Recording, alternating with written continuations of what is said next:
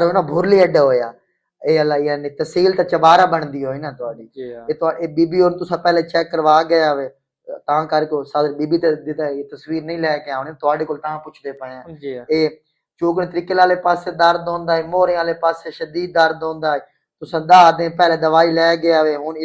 इस दवाई खावन तो बाद उन किवें तबीयत है भाई तबीयत हूँ ठीक है। दा आने चो कितने आने फर्क है बीबी उन तबीयत दे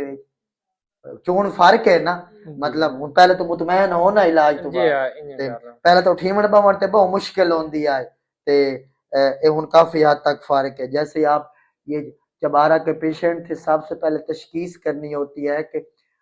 जो कमर में दर्द मोरों वाली जगह पे दर्द किस वजह से हो रहा है सबसे पहले ऐसे ऐसे जो फजूल किस्म का बगैर किसी तशखीस के